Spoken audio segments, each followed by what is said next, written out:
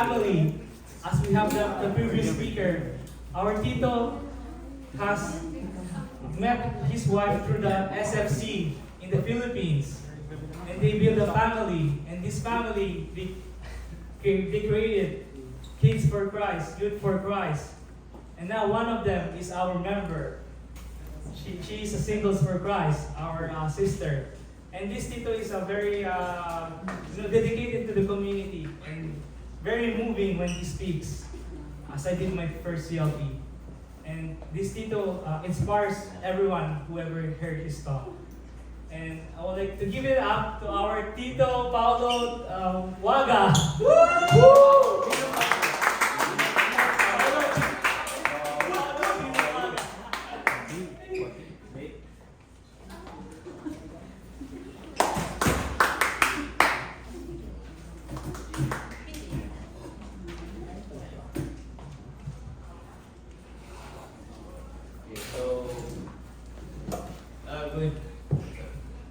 Good evening, brothers and sisters. No?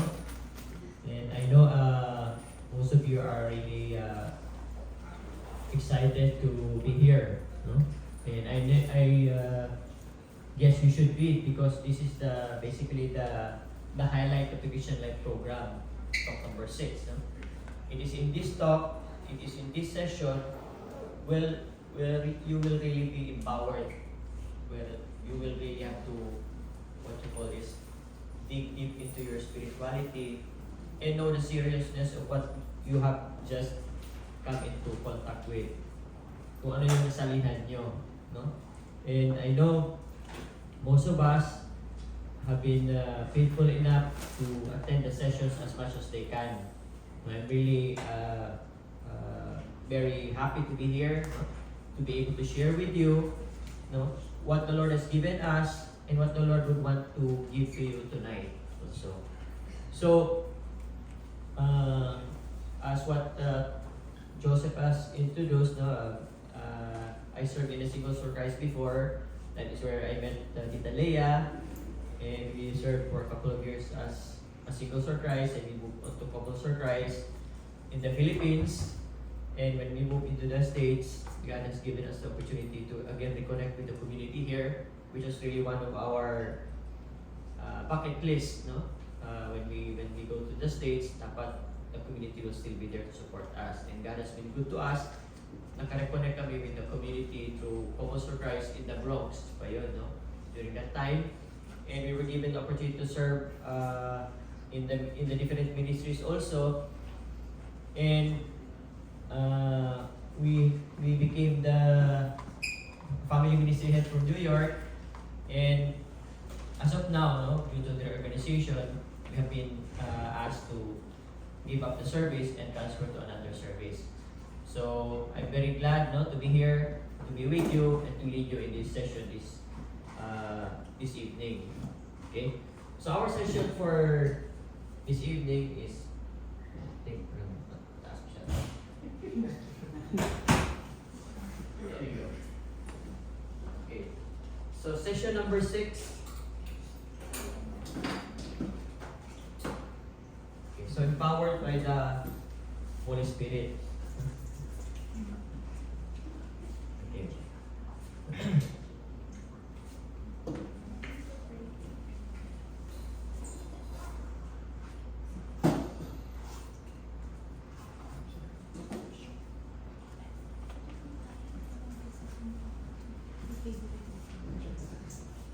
So we will start by watching a video.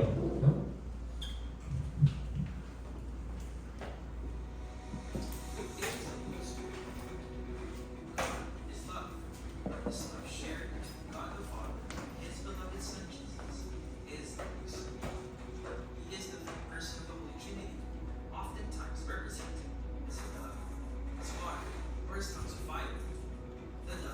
Represents the Spirit that comes down on us and continuously purifies our hearts.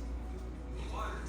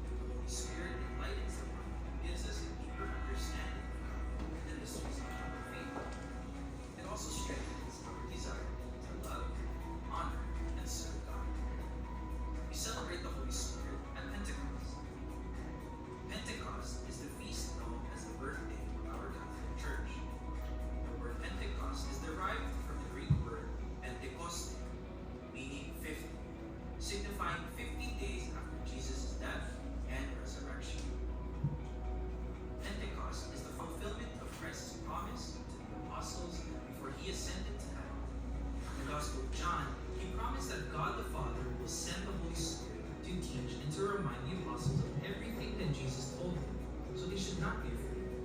In the Gospel of Luke, Jesus also promised that the apostles will be his witnesses, and they shall be clothed with power from on high.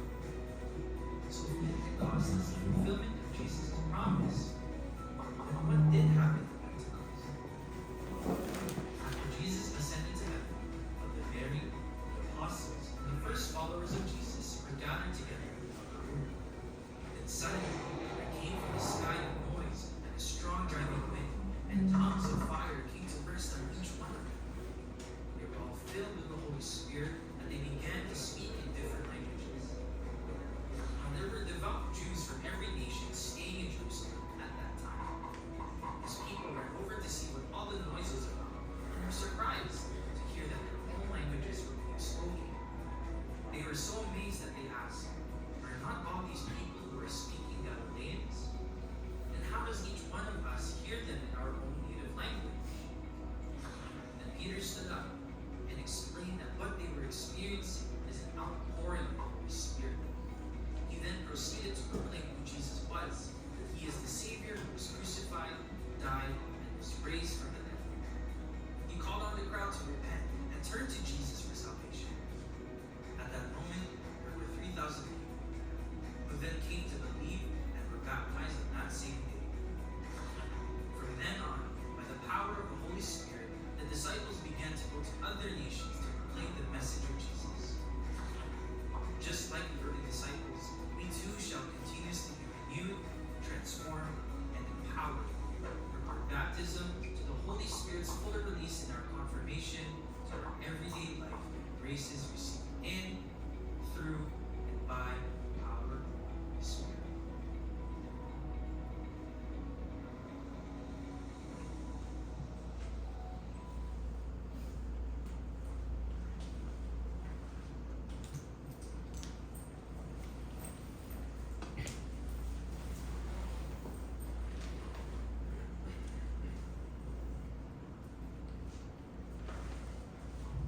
Okay, so you will see, I know most of us are familiar with what happened at Pentecost actually, right?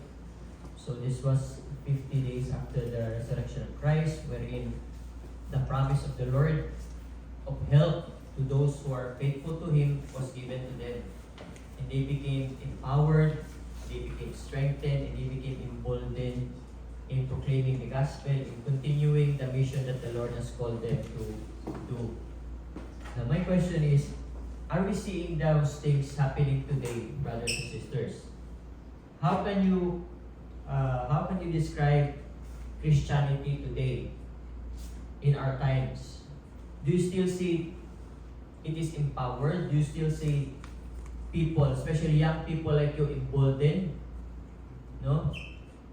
So, to answer the question, let's try to be honest, no? So Christianity today, it looks weak and it looks lifeless, right? Meaning, it lacks power and it lacks effectiveness.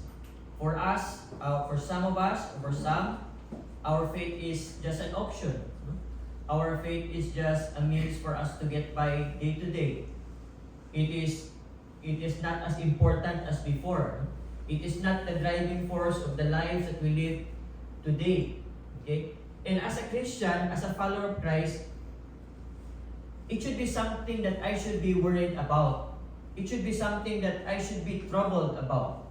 Because it is a fact that many of our brothers and sisters who call themselves Christians or Catholics, but they are living without that faith, without that light, and without that consolation that they are sons and daughters of God. Ibig sabihin, it's just menial things for them.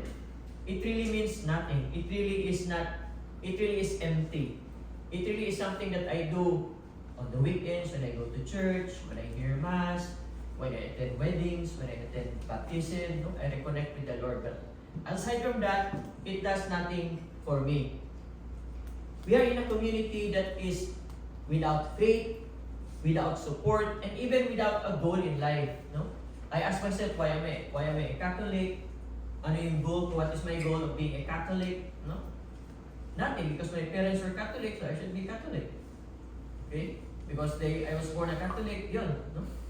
I did not really dig deeper into what my faith means and what I'm called to do, and how the Lord's promise would want to be, want to come to me, and how would I do it? How will I reconnect with those things? So much of Christianity today, no, we admit it looks weak, lifeless, and lacks power and effectiveness. But brothers and sisters, what the Christians experienced before, no, was really opposite. So early Christianity, you will see, was dynamic, it was strong, it was attractive, okay? It was moving, it was strong and effective. Why? Just from 12 people, 12 disciples, Christianity was so powerful, it was so moving, it was so attractive that it conquered the whole Roman Empire. That's how effective it was. That's how powerful it was. No? It started from just the 12 apostles, and they conquered the whole Roman Empire. That's how strong, that's how effective it was. And of course, would you like to guess how they were able to do it? The 12? How they were able to conquer the whole Roman Empire? How they were able to spread Christianity with such strength, with such boldness and dynamism? Okay? There must be something that moved them, right? There must be something that really pushed them to do it. There must be something that the Lord has given to them that made it possible for them. Okay? So who do you think is that help? Anybody? It is the Holy Spirit. The source of their power, brothers and sisters, was the Holy Spirit. Okay? The Holy Spirit was the one that moved them, was the one that guided them, was the one that spoke to them, was the one that giving them gifts, giving them help. That's why they were able to do such things. Now, brothers and sisters, guys, the good news is what happened before can actually happen now. Okay? Do you believe that? It can happen now? It can happen in our lifetime? Say amen? Amen. It can happen because the offer that the Lord has given to His followers almost 3,000 years before is still open to us today. The help is still readily available for us today. The experience of the early Christians can also happen to us. We will also experience the same vigor and the same dynamism in our faith once we are able to understand fully the role of the Holy Spirit in our lives. The role that it plays in our lives. The Holy Spirit enables us to experience God, a living relationship with Him, and His actions in our lives. But again, unfortunately, we do not really call on the Holy Spirit as much as we should. We know the Father, we know God the Father, we know God the Son, but little do we know about the Holy Spirit. Or seldom or not, we call on the Holy Spirit for help. That's what we are failing. Okay? But the Holy Spirit is really there for help, no? The assistance that the Lord has promised before He ascended to heaven. Now, who is the Holy Spirit? Okay. The Holy Spirit is God. He is the third person in the Holy Trinity. God the Father, God the Son, God the Holy Spirit. Okay? To believe in the Holy Spirit is to profess that the Holy Spirit is one of the persons of the Holy Trinity, consubstantial with the Father and the Son. With the Father and the Son, He is worshipped and glorified. Catechism of the Catholic Church, 685. The Holy Spirit is the proper name, okay, for the one who we adore and glorify with the Father and the Son. So, to believe in the Holy Spirit is to profess that the Holy Spirit is one of the persons of the Holy Trinity, consubstantial with the Father and the Son. With the Father and the Son, He is worshipped and glorified.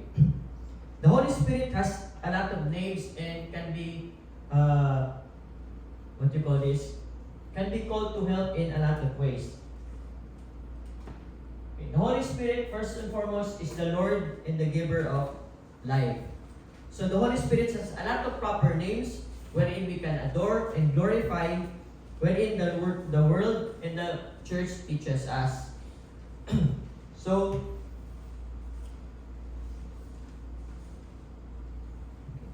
first and foremost, the Holy Spirit, even though it is also one of the members of the Holy Trinity, the church teaches us that although there is one God, yet somehow there are three persons in one God. We don't say we have three gods, but we have one God and three persons in one God. The Father is God, the Son is God, and the Holy Spirit is God. Yet, again, we speak not three gods, but we speak of one God. All of them have the same nature, the same substance, and the same being. Even though the three persons are one God, they are distinct. They are different from one another. Okay? The Father, God the Father, has has no origin. Okay? Then, He came only from no one. That means He was there even before the world, even before time began, He was already existing. Then, God the Son. God the Son is begotten, meaning He came from the Father alone. He's the only begotten Son of God. Then, the Holy Spirit comes and proceeds from both the Father and the Son. These different relationships of origin tell us that they are three distinct persons who have one and the same nature. That's what you call consubstantial. Three persons in one God. That is one of the greatest mysteries of our faith. Okay. So what is the Holy Spirit, or who is the Holy Spirit? First, the Holy Spirit is the Lord and the giver of life. We always profess this, right? When we pray the Nicene Creed, every time we go to Mass. Okay? Clearly, it is professing just what we see in the Holy Scripture that is right. No? It is not that somebody just wrote about it. It is what we can see actually in the Gospel. The Holy Spirit is revealed to us both as a person and divine. He is depicted as a witness and as establishing a covenant that is referred to the Lord. The Holy Spirit can put His laws into our hearts and even forgive our sins. So what do you mean by the Holy Spirit is the Lord and the giver of life? One good example is Genesis 2 verse 7. Okay, it says there, "Then the Lord God formed man from dust of the ground and breathed into his nostrils the breath of life. And that man became a living being." So who do you think the breath of life is? The breath of life is? No, the breath of life. The breath of life is the Holy Spirit. Okay? Again, no? "Then the Lord God formed man from dust of the ground and breathed into his nostrils the breath of life. And that man became a living being." So through the Holy Spirit, each of us is given life. That's how important the role of the Holy Spirit is. It breathes life into us. Another example, Matthew 1, chapter 1, verse 18. We all know the story of how Mary was visited by an angel, and the angel said that you will bear a son, and he will be called the Son of the Most High. But what did Mary say? Mary got confused because how can this happen? I have no relations with man. Then what did the angel say? The angel said to her in reply, "The Holy Spirit will come upon you, and the power of the Most High will overshadow you. Therefore, the child to be born will be called Holy, the Son of God." So you will see, brothers and sisters, guys, no? The Holy Spirit is the Lord and indeed the giver of life. Through the Holy Spirit, we will see the incarnation of Jesus Christ Himself. Diba? Jesus Christ came by way of the Holy Spirit. Okay? So that's how important and powerful the Holy Spirit is also. Okay? Now, in John 3, verse 5, the Lord also says, Jesus answered them, Amen, amen, I say to you, no one can enter the kingdom of God without being born of water and spirit. Okay? So, claro, no? So that means we also need the Holy Spirit, brothers and sisters, for us to be able to enter into the kingdom of God. That's how very important the Holy Spirit to us, to our lives, if we want to be able to reach heaven. If we want to be complete, if we want to be the person that the Lord really designed us to be. So we cannot really take the Holy Spirit for granted, or we cannot take the Holy Spirit actually out of the equation. No? I pray to the Father, I pray to the Son, maybe I believe the Holy Spirit last or at the back seat. No. We need the Holy Spirit for us to be able to go to heaven. Okay, that's what the Lord tells us. Okay? Second, the Holy Spirit is the Paraclete. Okay? So, Paraclete is a term with diverse meaning. No? Ang daming meaning. Dagan bot pasabot sa iya. So, but it comes from the Greek word or the Greek term to exhort. So, the Paraclete is the Holy Spirit. It is, of course, our guide. The Holy Spirit is our guide. It is our friend. It is our defender, our counselor, helper, advocate, and comforter. These are the names, these are the things that we can connote, that we can connect to the Holy Spirit. Okay? You cannot choose either one, but everything. Everything the Holy Spirit does for us. That is His role. That is what role He plays in each of our lives once we embrace its power. The Paraclete is contemporaneously the one who distributes efficaciously through the sacraments the salvific grace offered by Christ, dead and risen again, and He is the one who bestows the charisms. It is through the Holy Spirit that the Lord gives the graces to us. No? It is by way of the Holy Spirit, by way of the gifts of the Holy Spirit, wherein God will be manifested in our lives, God's power will be known to us, and we will be able to carry on the task that He has given to us. So the Lord works by way of the Holy Spirit. Why? Because He promised us, before He went up to heaven, He said, I'm going to send a helper to you. Because without any help, you're not going to go far. You need help. That's why He sent us the Holy Spirit. The Holy Spirit is the one who transforms the graces coming from God so that we will be able to appreciate it. We will be able to use it. We will be able to connect with it and connect with God again. That's how important the Holy Spirit is. Then, okay. Also in the Gospel of Luke, okay, it talks about Jesus before He went up to heaven, no? He said, I am sending the promise of my Father upon you, but you have to stay in the city until you are taught with power from on high. Luke 24 verse 49. During these moments, the disciples were at this point hiding, right? Because they were afraid of being persecuted because they believe that Jesus Christ has gone up to heaven and they have no help at all. But again, God promised help. The instruction of Jesus was clear before they were to continue their mission. So Jesus already gave them that mission that He started. So you are to continue that mission. We are to continue that mission. I am going to give you that power. I am going to give you that help. But in order for you to harness that power, you have to be clothed with the Holy Spirit. We have to engage the Holy Spirit. We have to stir the Holy Spirit in our hearts, in our lives, so that we will be able to accomplish the things that the Lord would want us to do. Okay. Just like what He did to the apostles before leaving them, before He went back to heaven.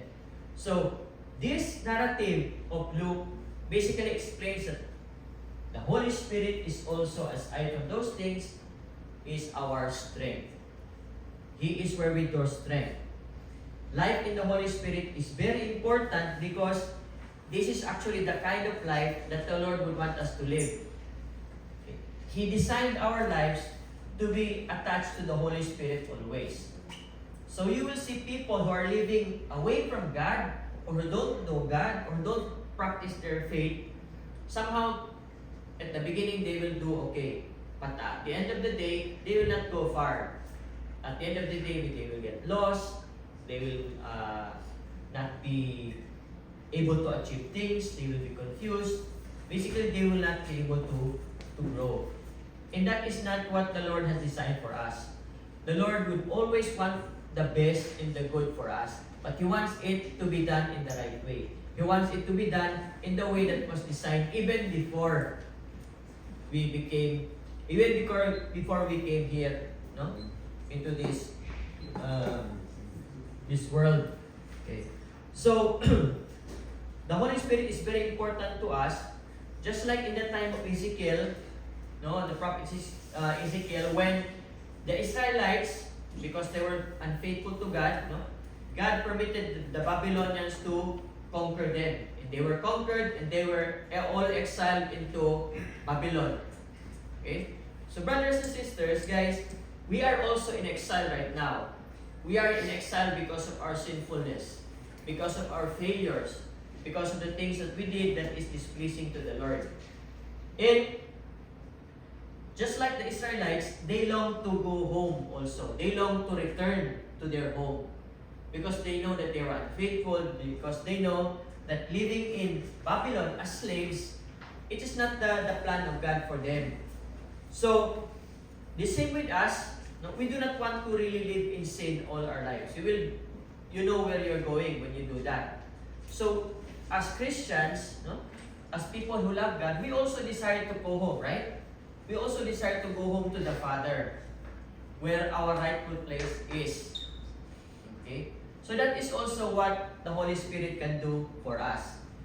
God continues to call us even today to come back to me, to return to me, to ask help from me and the Holy Spirit. God continues to call all of us to gather and to return to the kingdom for which He has really planned out for us. And once we respond properly, once we respond to God's call, He will surely give us the power. He will cleanse us. Okay? He will take away our hearts of stone and replace it with hearts of flesh. He will give us the power to resist sin and temptation. He will give us the strength and the boldness to be able to proclaim the gospel to all the people. No? We will be able to do all of those things. This He will do by putting the Spirit into us, the Holy Spirit, the Spirit of Jesus within us. As a result, the promise that He made a long time ago to His disciples will also be made known, will also be manifested to us. Okay? So that's how the Lord works. That is His grand design. So, when we try to ask the help of the Holy Spirit, the Lord will lead us back to where we should be. The promised land here in the world, here in earth. No? And we will be called the people of God. Okay. So when we receive the Holy Spirit, what do we usually gain? What are the consequences? When I ask the Holy Spirit to come into my life, what will I get? What are the benefits? What do I reap? Okay, first, union with God. Okay. Union with God in a way that there will be a new relationship with God as a Father that is deep and personal. Maybe some of us or some people we know, they have the relationship with God, but it's not that deep. No? Like I call to God maybe during Mass or when I pray, but the rest of the day I forget about the Lord. Okay? No. When the Holy Spirit comes upon you, you will have that new relationship with God that is deep and personal. Then, a new nature. Okay? A new nature when we receive spiritual power for Christian living or for living the Christian life. So this means, what I said earlier, the Lord will replace our hearts of stone and replace it with hearts of flesh. He's going to renew us. We become a new being. Okay? We become a new creation. Then, the power to serve, the power to be Christ's witnesses. This is what happened to the disciples. That's why they were able to conquer the whole Roman Empire, because they were emboldened. The Lord gave them the power to serve. The Lord gave them the lakas ng loob, no, to be able to go out and conquer the world for Christ. Okay? So you have union with God, a new nature as a new being, a new person in God, and the power to be able to serve. So these are the things that we get when we accept the Holy Spirit in our lives. So we will be changed starting with the outward dimension, okay, or the inner dimension, then the outward dimension. Okay, that's how brilliant the plan of the Lord is.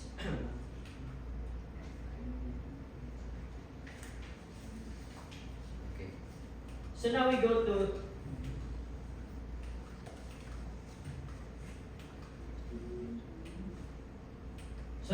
the gifts of the Holy Spirit. So I know most of you, or some of you, have heard of the gifts of the Holy Spirit, right? So we've heard of this maybe from people who have experienced this, or from talks, or from some other Christian Catholic groups. So the gifts of the Holy Spirit. So there are two types of gifts that the Holy Spirit can give to us. So we have the hierarchical gifts and the charismatic gifts. The hierarchical gifts are the gifts that are bestowed to the leadership of the church, the clergy, the priest, the bishop, the pope. This is to ensure the continuing presence of Jesus' unique salvific mediation in the world. So this is for the holy orders, no? Yung mga pare, madre, the pope, the bishops, through the sacrament of ordination. That is the gift. This was started by the 12 disciples when the Lord gave them that special gift, that special spiritual gift for them to be leaders of the church. Then you have the charismatic gifts. There are 9 charismatic gifts, and these gifts will enable the faithful to do evangelical missions, discerning the signs of times, and interpreting them in the light of the gospel. This is what we are to pray for, the charismatic gifts. These gifts are where the Lord will work in our lives. This is where how we gather strength, how we gather wisdom, how we gather help from the Lord. The charismatic gifts. So there are 9 charismatic gifts. They are divided into 3 groups. So we have the teaching gifts, we have wisdom and knowledge, sign gifts, faith, healing and miracle, and revelational gifts. We have prophecy, discernment of spirit, tongues, and interpretation of tongues. So let's try to go through them siguro one by one as fast as we can, no? So, wisdom. Okay, so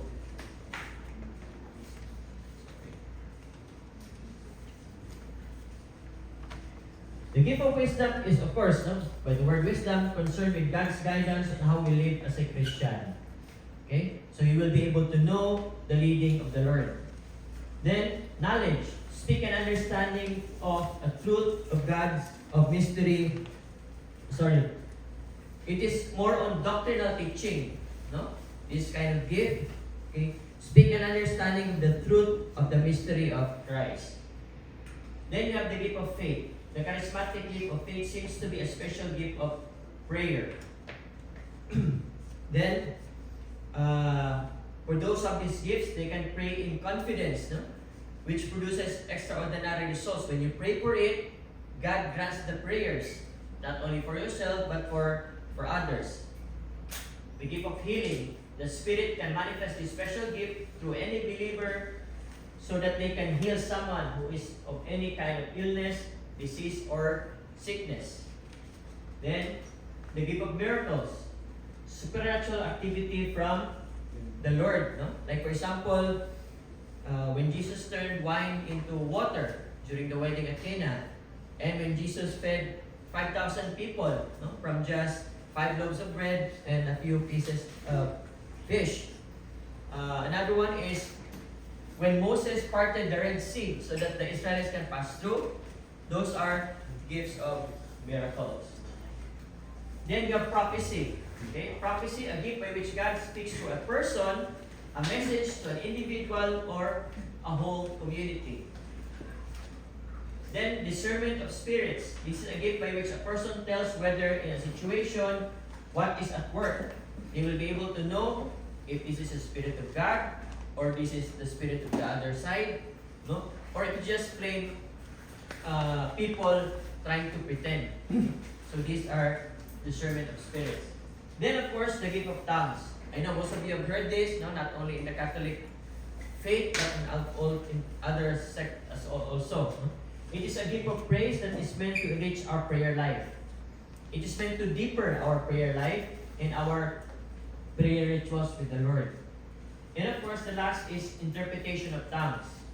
In interpretation of tongues, it is necessary when used in prophecy so that people may hear and understand and be edified. Okay, so those are the 9 gifts that we need to be able to ask and to pray for. So now we go to the gift of tongues. Okay, so brothers and sisters, before I proceed, no, there are two types of gift of tongues. So let me just explain this really quick, no. So according to Stephen Clark is, by the way, one of our sources for the manual of the Christian Life program version 1. If you get a copy of the version 1 CLP, Stephen Clark was one of the sources. Okay, so we try to get our sources from what we really use. So Clark says, first of all, there are 2 different kinds of gifts of tongues. First, it can be a gift of prayer for an individual. That's the first one. The gift of tongue can be a prayer of the individual. Second, speaking in tongues can also be a gift for the community when the Spirit urges someone to speak out loud in tongues for the community. That's the other type of gift of tongues. When somebody in a gathering speaks out in tongues in a language that is not common to him and not common to others. Okay? Then, in this case, the speaking in tongues should have an interpretation, so that the whole community can understand what is happening. The experience of giving interpretation is similar to the experience of prophecy. The interpreter, like the speaker in tongues, do not understand the tongues. In other words, the gift of interpretation is not a gift of translation. It is the urging to speak words which are given. So, to explain this clearly, when the person speaks in tongues, the language, even he himself will not understand. The body will not understand. Now, there will be somebody in the body or in the community that will be able to interpret that language, but he himself, the interpreter, will not be able to speak that language. It is also the work of the Holy Spirit. Okay? So that is not what we are going to focus now. We are going to focus on the gift of tongues. Okay. So the gift of tongues is a common experience when we receive the Holy Spirit. It can have great consequences in our spiritual life, and it is an important step that is open a gateway to a fuller spirit, a fuller life in the Spirit. So, brothers and sisters, no, we should desire and ask for the gift of tongues. Okay, how do we do it? Maybe some of you have seen people doing this already, no? Begin by just praising God in your own words and start speaking out in tongues. So you speak in words that are, that is praising God, no? We praise you, Lord, glorify you, hallelujah, hallelujah, hallelujah. Focus on the Lord and offer to Him your utterances of prayer as praise. Do not analyze the sounds or words, but focus on the experience that you will go through. Do not listen to your seatmate, or do not be conscious of what you're saying. Just focus on the Lord. Resist the temptation to think that it is just you and not the Holy Spirit that is forming the words. Sometimes, in our mind, ako lang gumagawa nito. It's just me. There's nothing more. Okay? So try to dissipate that type of thinking. Enkindling the gifts and the power of the Holy Spirit. How do we enkindle? How do we appreciate them? Okay.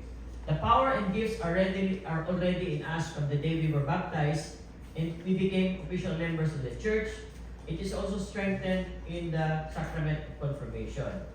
I know all of us here have been baptized in the Catholic Church, right? So, at the time of our baptism, we already have the Holy Spirit in us. Okay? And when we got confirmation, the Holy Spirit became strengthened. So basically, the Holy Spirit is already in us, brothers and sisters. We just need to stir it. We just need to empower it. A very good example I can point to you is, who of you here love coffee? You know, okay. Almost everybody, right? So how do you make coffee? You get a cup, you pour hot or cold water, then you put coffee. Do you drink the coffee right away? Huh? Water, cup. You have cup, you have water, you pour coffee, you drink it right away? No, Oh, what do you do? you mix it. Yeah, you mix it, you stir it. That's what we are going to do. The Holy Spirit is already in us. We just have to stir it. We just have to let the Holy Spirit move in us. That's the best example that I can give, no? Kasi when we already have the elements. We have faith in God. We have the Holy Spirit in us since baptism. Okay? Everything's there. But one thing is, we also need to stir. We need to move it. No, we need to stir. We need to move the Holy Spirit, help the Holy Spirit move in us so that we will be able to appreciate it more. So, the enkindling of the gifts and the power of the Holy Spirit will be how? Will be a form of a pray over. So, each of you will be prayed over by your brothers or your sisters. Okay? And during this pray over, it will not be us who are the main actors or actresses. It will be you. It is a prayer between you and God. We are just there to support you. So you should be the one leading the prayer. You should be the one doing more of the praying because you are the main actors and actresses. Huh? We are just there to support you. We enkindle the Holy Spirit. How are we going to how will we be able to grow in the Holy Spirit? No? How will we, when the Holy Spirit is in us, how do we nurture it? One is strengthening prayer life and sanctity in daily life. I know most of us have our prayer time already, maybe 1, 2 minutes, 30 minutes. We have our prayer, no? We pray before meals, when we wake up, when we go to bed, when we're in the bus, in the train, no? We have our prayer life. For us to be able to enkindle the Holy Spirit, we need to be able to defend that prayer life, that prayer time, no? Nobody can bother me when I'm praying, not TV, not the cell phone, nothing. When I'm praying to the Lord, I pray. I will defend my prayer time. I will defend my scripture time. I read the Bible every day. For example, nobody can call, nobody can interrupt me. I need to defend my prayer time. That's one. Second is wholehearted service in and through Focus for Christ. Again, we will be emboldened to serve, no? Especially in Singles for Christ, no? There will come a time that you will be the ones in front already, you will be the ones at the back, serving, you will be the ones inviting people to come to the CLP. You will be emboldened because the Holy Spirit has changed your lives and you want to be able to share that to others. No, you want to be able to see, you know what the Holy Spirit to me, this and that. You want to be able to share that so that others will learn and then we will grow. And of course, active participation in the bigger church. It is not only here in SFC, but we go out into our families, into our workplaces, into our relatives, into our friends. No? We do not really limit ourselves in Singles for Christ. Okay? We go out into the world, especially to our closest neighbors, our families. We try to tell them what happens every Friday night here. Okay? That's one. We are emboldened to share about it. Okay? Then, brothers and sisters, God offers us a new life starting today, starting this evening. No? And it is up for us to decide whether I want to take it or not. And somehow tonight, we will experience our Pentecost. No, if we ask for it. When the Lord will empower us, will stir the Holy Spirit in us. That's what the Lord would want to happen for each of us tonight. No? He wants us to experience the Pentecost that the disciples experienced before. And of course, lastly, there is no Pentecost without the help of the Virgin Mary, our strongest intercessor, our helper. So as you are being prayed over, as we go on with the activity this evening, try to ask the intercession of the Holy Spirit also. Mama Mary. Okay? So with that, brothers and sisters, no? I pray that we will continue to be guided. I pray that the Holy Spirit will really manifest itself to us tonight. Okay? Now, it does not mean that nothing will happen tonight, that's it. Nothing really happened, no. Sometimes it will take time. The Holy Spirit has His ways, God has His ways, and in His right time, no? It may not be tonight, it may not be next week, 2 years, months, okay? For me, I really experienced it long before, or long after I became a member of Focus for Christ, no? It doesn't mean that nothing will happen to you tonight, wala. Zero, no. It is also, what you call this, in God's perfect timing. Don't say, hindi ako worthy or because of this and that. No. Okay? In God's perfect time. So with that, brothers and sisters, thank you and may God be praised. Woo!